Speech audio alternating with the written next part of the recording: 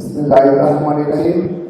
আমি দীর্ঘ বক্তব্য রাখতে পারবো না, কারণ হলো আজ আমরা একটি যে প্রতিযোগিতার আয়োজন করেছি শেষ পর্যায়ে চলে এসেছি।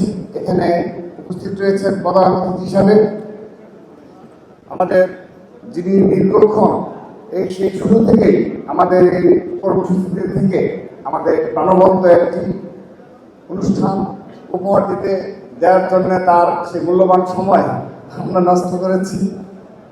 সেই মাননীয় ধর্মমন্ত্রী কাজী শাহ মোহাম্মদ হোসেন কায়কোবাদ এমপি এবং প্রধান আলোচক হিসাবে রয়েছেন বাইতুল মোকাররমের বর্তমান খতিব এবং দেশ বরণ্য ইসলাম বিশ্বরত যিনি আল্লামা মুফতি আব্দুল খালেক হুজুরসহ উপস্থিত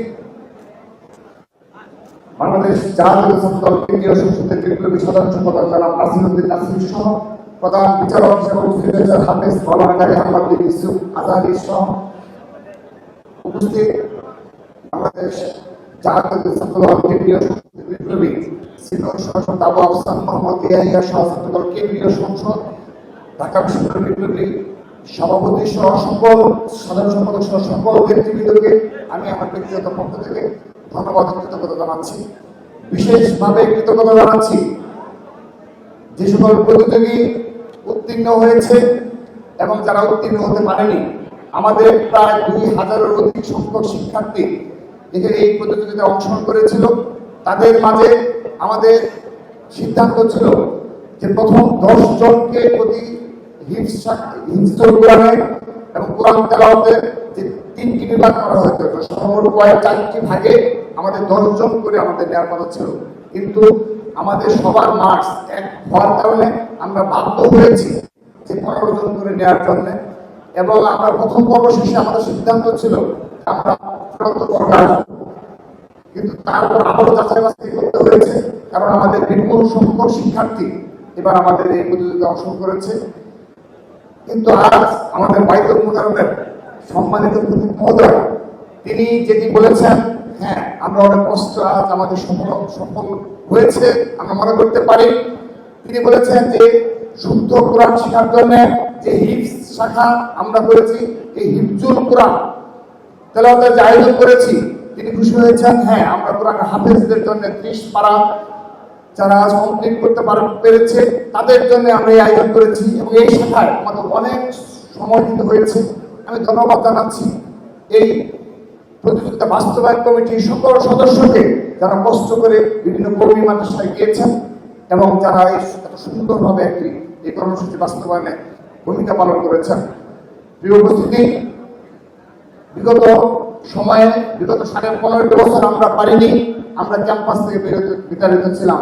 কিন্তু যখনই ছাত্রদল সে সুযোগ পেয়েছে, ঢাকা বিশ্ববিদ্যালয় সহ বাংলাদেশের সকল শিক্ষা প্রতিষ্ঠানে ছাত্রদল শুধুমাত্র এই হিফজুল কোরআন তেলাওয়াত প্রতিযোগিতায় নয়, অপর সামাজিক ও সাংস্কৃতিক অনুষ্ঠান সহ যতগুলো শিক্ষার্থী বান্ধব এবং পলিসি মেকিং এর জন্য যতগুলো কর্মসূচি প্রণয়ন করা প্রয়োজন আমরা চেষ্টা করেছি। আমরা কথা দিচ্ছি, ছাত্র সমাজকে কথা দিচ্ছি, সাধারণ শিক্ষার্থীদের জন্য আমরা এভাবে আগামীতে আরো যুগোপযোগী অনেক কর্মসূচি চালু করবে ইনশাআল্লাহ। এবং আমরা প্রত্যাশা করছি আমাদের এই যে আয়োজন বিগত সময় শুরু হয়েছে এর ধারাবাহিকতা থাকবে।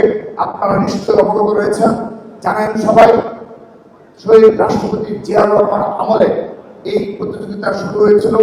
দেশনেত্রী বেগম খালেদা জিয়ার আমলে এটি ধারাবাহিকতা ছিল এবং সর্বশেষ তাদের সুযোগ্য উত্তরসূরি মাননীয় প্রধানমন্ত্রী জনাব তারেক রহমান এত পৃষ্ঠপোষকতায় আমরা আজকে এই হিফজুল কোরআন তেলাওয়াত প্রতিযোগিতার আয়োজন সম্পন্ন করতে পেরেছি। আমি আবারও বলছি, এখানে আমাদের যত পুরস্কারের যে অর্থ লেগেছে এবং সামান্য কিছু অর্থ লেগেছে, এই সবটুকু অর্থ মাননীয় প্রধানমন্ত্রী ছাত্রদলের সাংগঠনিক অভিভাবক হিসাবে আমাদেরকে দিয়েছেন। আমরা কারোর কাছ থেকে 1টি টাকা এই কর্মসূচি পালন করার জন্য নেইনি, সবটুকু আমাদের মাননীয় প্রধানমন্ত্রী দিয়েছেন। সেজন্য আজকের এই অনুষ্ঠান থেকে আমরা আমাদের মাননীয় প্রধানমন্ত্রী জনাব তারেক রহমানকে ধন্যবাদ ও কৃতজ্ঞতা জানাচ্ছি। সম্মানিত উপস্থিতি,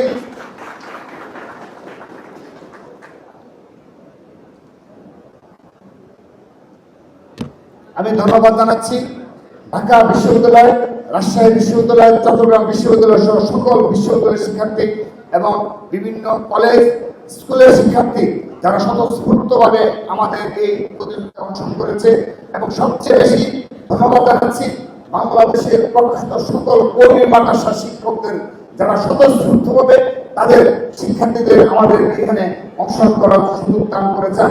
আমি একটি কথা বলে আমার বক্তব্য শেষ করছি। মাননীয় ধর্মমন্ত্রী এবং বাইতুল মুকাররমের সম্মানিত সচিব মহোদয়, আপনারা দয়া করে আপনাদের সেই সুযোগ রয়েছে, শুধুমাত্র যেহেতু ধর্ম মন্ত্রণালয়ের দায়িত্বপ্রাপ্ত রয়েছেন, আমি দাবি রাখছি ছাত্র দলের পক্ষ থেকে কওমি মাদ্রাসার শিক্ষার্থীদের জন্য আবাসন এবং শিক্ষার যে মান তার যুগোপযোগী করার জন্য আমরা জোর দাবি জানাচ্ছি, এবং সেখানে তাদের যে বাসস্থানের ব্যবস্থা সেটি খুবই অগ্রত আমরা দিয়েছি। সেখানে আমরা যেমন বিশ্ববিদ্যালয়ে হলের শিক্ষার্থীদের বিভিন্ন সমস্যা তুলে ধরে আমরা আপনাকে পেয়ে, যদিও মাত্র সরকার গঠন করেছেন, মাত্র কার্যক্রম শুরু করেছেন, আমরা আজকের এই অনুষ্ঠান থেকে আবারও আপনার নিকট জোর দাবি জানাচ্ছি কওমি মাদ্রাসার এই লক্ষ লক্ষ শিক্ষার্থীদের যারা শিক্ষাক্রম পরিবর্তনের যুগোপযোগী কার্যক্রমে আপনি ভূমিকা পালন করবেন, এবং সেই সাথে আবারও তাদের বাসস্থান এবং সেই মাদ্রাসাগুলোতে খাবারের মান উন্নয়নে আপনি যুগোপযোগী ভূমিকা পালন করবেন। সেই প্রত্যাশা থেকে বিদায় নিচ্ছি। আবারও দেখা হবে।